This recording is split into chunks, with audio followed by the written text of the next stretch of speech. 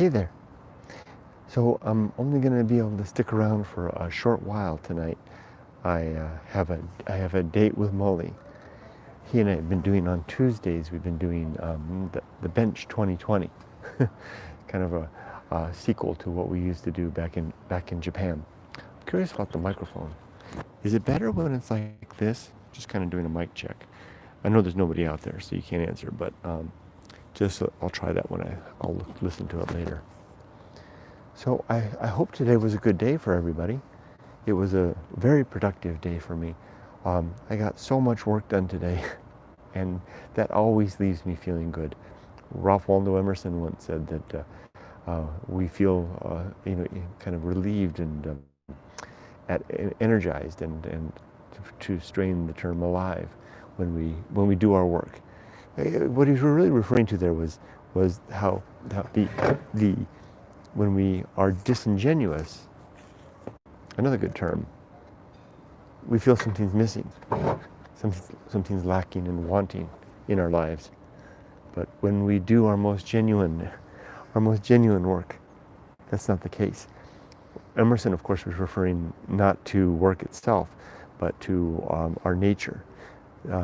When we're in tune with the man or the woman that we are inside, reflective, or when our acts and our decisions and our positions are reflective of our inner character. Is there an inner character? Our character. When they're reflective of our character, we feel good, even though it may be hard. And of course, I think there's something to that, being genuine. My boss, I like I said, I try not to talk about my work, but I've got a really good boss, and he told me basically so much today. He said, as long as you're striving for what's best for the city, I work for a city, as long as you're striving for what's best for the city and what you think is the best for the city, then you're, he didn't say it quite this way, but I'll paraphrase, you'll succeed whatever the outcome.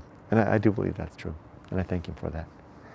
So today I'm going to read, and I've only got a short time. Like I said, I'm going back to visit with Molly in a bit. We're going to do our own podcast. But today, in keeping with this new strategy, I'm going to read from Going Alone, the second objective, which is the objective of the good and effective use of time. Let me just find that. There it is. Shall we? Make good use of time and resources.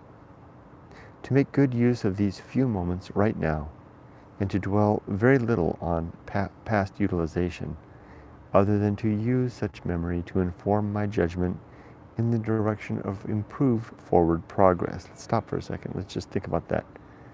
To make use of the moments that I have now, and to dwell little on the past, other than to remind myself, use my memory to help guide the future direction. To also make good use of whatever resources are at my disposal, not just for increase. So increase, of course, being for monetary gain, right? So what resources do I have at my disposal, and how can I make good use of them towards those better ends, the better ends that my boss was referring to, the ends of virtue. To make good use of whatever resources are at my disposal, not just for increase, but to spend, share, give, or apply these resources well, and in ways which are in accord with my life objectives and principles. Below are examples of some of the things I would like to be caught doing when death comes at last to utterly snuff out my light. So I created a little list here of things that would be really neat to be doing when I die. Let's read them. And the list does grow. Breathing slow and measured breaths.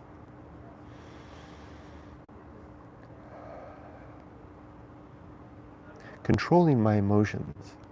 That's a good one. Very hard to do. I've had a streak of luck this week insofar as I've been able to control my emotions better. And doesn't mean suppressing the emotions, but recognizing where they're going and then maybe heading them off at the pass when I think they're going to go out of control, which fortunately does not happen very often anymore. It does happen sometimes, but it's nothing more usually than like a sudden surprise storm that might strike. It's like, where did all this rain come from? From whence all this upset? Thinking deliberately, rather than having my thoughts just wander aimlessly. Acting deliberately, rather than just doing whatever. Remembering and acting upon my responsibilities. That's a big one. Boy, because if I can be acting upon the things that I've taken upon myself to call my own, to be furthering their ends, then what a good thing. And someone just went to the site from Ontario, Canada. Welcome, visitor. Preparing a good meal for all the good reasons, right? I mean, the very act of preparing, especially if it's to be shared with others. Hey, Brandon. And then, of course, if it's a good meal, then for the well-being that we get from the consumption of such a good thing. Eating well. And here's the important part. And very little. I like that very little part. Smaller portions. Marcus Aurelius talks of that in the Meditations, right? About how we can be among the philosophers if we are able to hold our peace while waiting for the tray to arrive around the banquet table, rather than reaching out and distending our limbs to grab at the things, but wait patiently for it to come by so we can take delicately from the feast. And then he said, then you can feast among the gods. He doesn't quite say it that way, but be more godlike if you choose to refrain whatsoever and let the meal pass you by altogether. Wow. Kind of blends well with Buddhism, don't you think? That idea. Helping others. Being attentive to my family. Family's easy to take for granted. So easy to take for granted. I know well what that's like. It's one of the reasons I'm glad I didn't become a father until my mid-30s. I would have been a crappy father in my 20s. And I wasn't a very good father in my 30s. Although starting fatherhood in my 40s would have been quite problematic. I can't imagine if I'd be halfway through, the early years now. So 30s was a good balance. I wasn't a terrible father, but I wasn't as good as I could be if I'd waited. But being attentive to my family, yeah.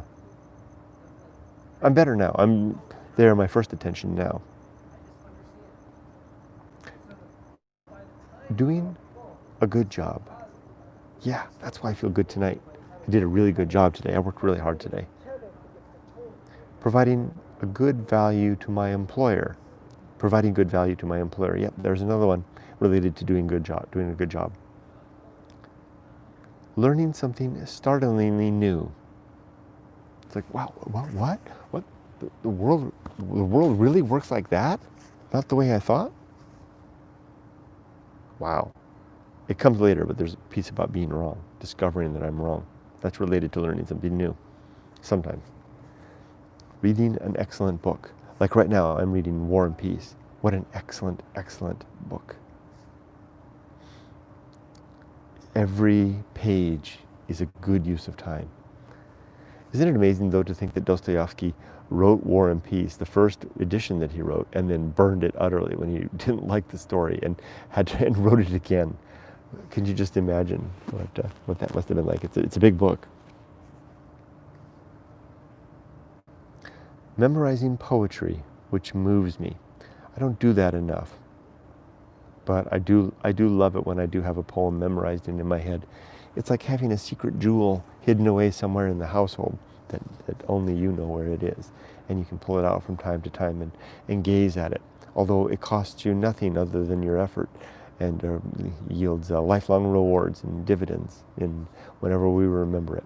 Like every time I see the full moon, every time I'm in the wilderness and I see a full moon, I remember the poem, O fair Cynthia, all homage that I may, unto a creature, unto thee I pay.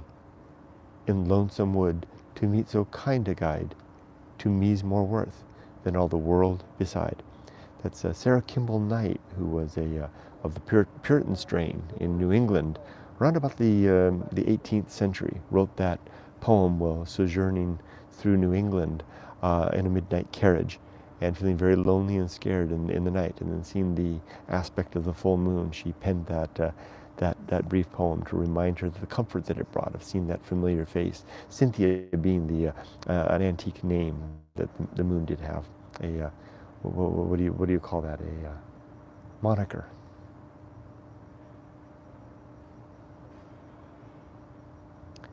Studying history.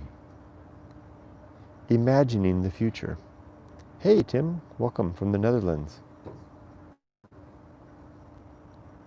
Evolving Blessing. Hello Kurt, glad to see you. Glad to see you as well. Listening to a good lecture, discussion, or debate. Challenging what I believe. There's an important aspect to that. Challenging what I believe. That is my first principle, the principle of war. To be always on the attack for everything that I hold true. And to a lesser degree what everyone else holds true too. Robert Chip says, Tere, Kurt, Tere. Hello. Estonian, right? Is that right? Do I have that right? Estonian? Imagining the future. Enjoying good music. Listening to a good lecture or discussion or debate. Challenging what I believe. Changing my mind for good reason. What better reason? The James 28, I find the skeleton by Chesterton is a poem that I can't live without. The skeleton, eh? I'll take a look at it. Whoops, sorry, kicking things around. Let's see. Becoming uncomfortable. Can we see more Shinkansen action? I don't think we're going to see much Shinkansen action. I'm sorry, but I'm about 6,000 miles from where the Shinkansen lives, and the land of the Shinkansen, even if I wanted it to go back, doesn't want me back, right? Japan is sadly all closed up right now. So, but I can pretend. Would you like me to pretend there's the Shinkansen? I can make the sound. Let's see. It begins with kind of it depends on if you're near a tunnel. If you're near a tunnel, you'll kind of hear like a rumble that comes through. All right, yeah, I got it right, Estonian. It's the pressure wave coming through the tunnel as the Shinkansen is pushing a wave, and it kind of like a and then you'll hear, if you're not near the tunnel, you'll hear the sound of the rails, the high whine, and then here it comes.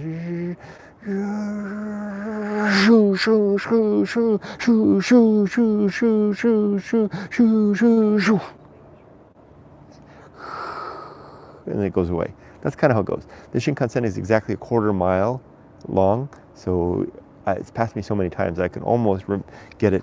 And you can actually tell by the sound. If it sounds like this, it's a different train.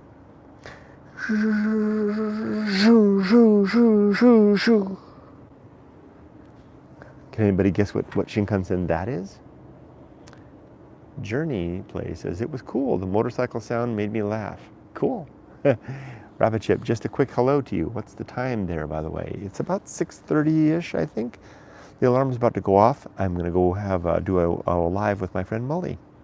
So the shorter Shinkansen, you'll notice that the sound I did, if it's just the shorter one, maybe like 5 cars, shoo, shoo, shoo, shoo, that is the Dr. Yellow, the famous Dr. Yellow train maintenance car, yellow Shinkansen that runs uninterrupted from Tokyo to Kyoto and back and forth, I think several times a day, and monitors the rails at high speed. Afraid that's as close as I can get to Shinkansen now. Suffering well and longer than I thought I could. Yeah, sometimes you just have to suffer. I'm working on a new piece of art. I'm commissioning my daughter to make art for the book. And the next one up is I'm going to commission her for a piece that's not even in the book. It is in the book, but it's not. So there's a piece of the book, Going Alone. There's a section called, in fact, it's in here. It's in this chapter, The Good Life. that I used to call the, first it was called infrastructure. First it didn't exist in the book at all. And then I added it, I called it infrastructure. And I added it just after the homunculus and just before the home of good and evil. So now it's homunculus, homunculus, infrastructure, home of good and evil. And the way it worked was if the homunculus is the little mortal that lives inside our heads, our consciousness, infrastructure was the structure within which it lived, upon which it lived. I actually created an image of that. It might be in this book. Let's see. Did Emily get it in? I don't, maybe it's not. Just bear with me. No, that's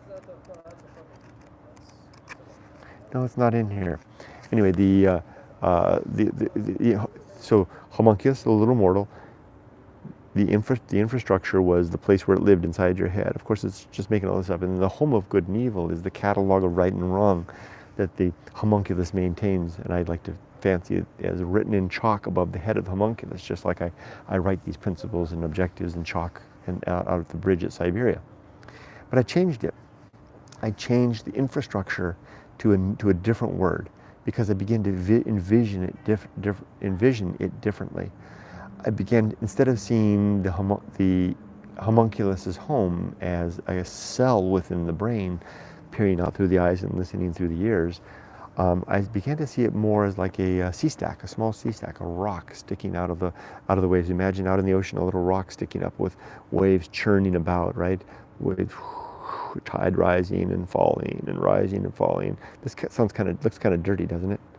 And imagine a little person, you or me, seated on the rock, unable to escape with the water rising and falling. Every now and then when the water rises really high, it splashes up on you and it's getting threatening and kind of scary.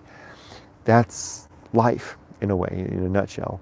You know, the homunculus being our consciousness, this little rock structure, the infrastructure being the place where it's stuck, and the churning sea is the circumstance of life around us. So this idea here of suffering and suffering well and longer than I thought I could is to be able to sit upon that rock as the tide rises.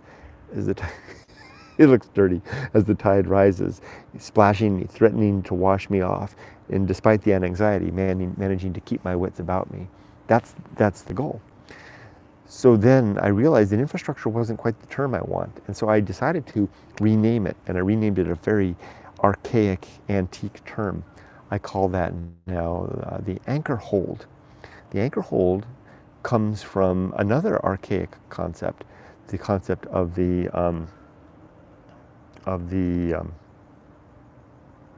now I can't remember.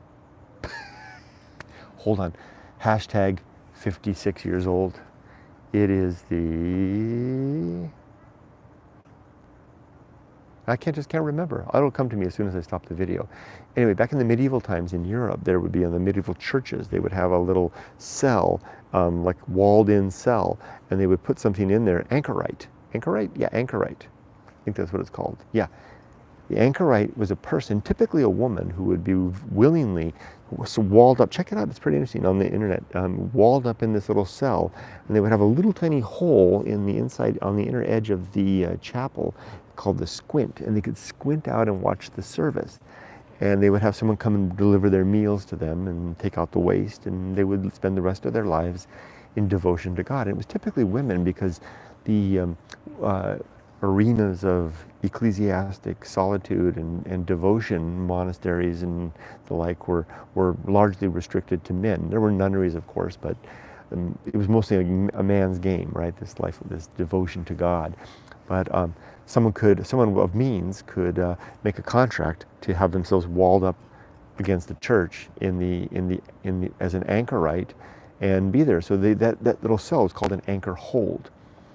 And so I decided that's what I'm going to call it. This little rock sticking above the waves is the anchor hold. The homunculus is on top, and then the home of good and evil is the catalog of right and wrong that they maintain. So I'm going to ask Emily to make a picture of. I haven't decided if it's going to be one person on a rock in the middle of the churning sea, or one person with a lot of other rocks and people sitting up on them. I might go for the latter. We'll see. Journey places. LOL. Rabbit Chip, better get to sleep now. See you next time. Take care. Take care, yes, indeed, out there in Estonia. Journey plays, hey, Softy Papa, what was the blast of the train was like Was it poof or a slow incoming whoosh? Slow incoming whoosh, rapid incoming whoosh, not too slow. And someone just went to the website from Massachusetts. Welcome. It's sort of like a rapid whoosh, right? Like, because the train's going so fast, all of the artifacts of it, except the sound along the rails, are a little slow to get there. It's like whoosh, boom, and then it passes just as quick and it recedes away. Someone just went from Illinois. It says Bartlett, Illinois, and from Washington, Puyallup, Washington. A lot of people on the website. Welcome. So next is standing, walking, swimming, or simply moving. Good. I love this next one, if I do say so myself. Making a pet happy. What a good use of time. Esports enthusiasts. Hi, Kurt. I've been watching your videos for years. Thank you. I really appreciate that. Just 5 or 6 left. Picking up litter. Recording and sharing my own thoughts. That's what I'm doing now. Journey Place is same. Oh, thank you. Thank you, Journey Place. Accurately recounting the idea of another. That's an interesting one for me.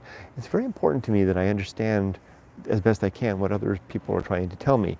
And I do this to a fault sometimes. When someone tells me something, I'll try to repeat it back at them.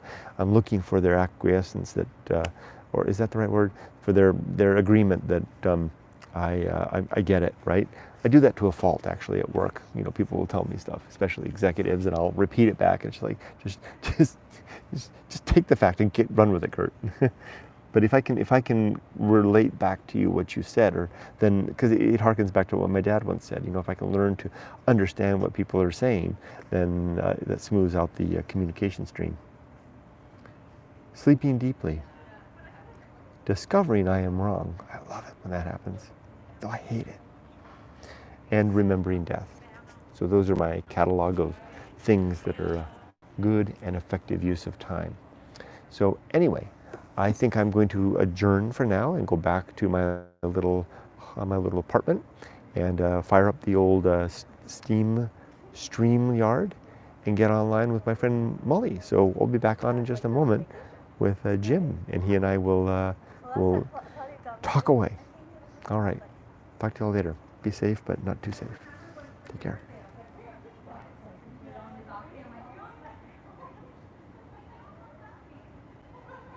Journey says, I changed my profile. Yeah, I don't recognize Journey plays. All right, take care, everybody. Bye-bye.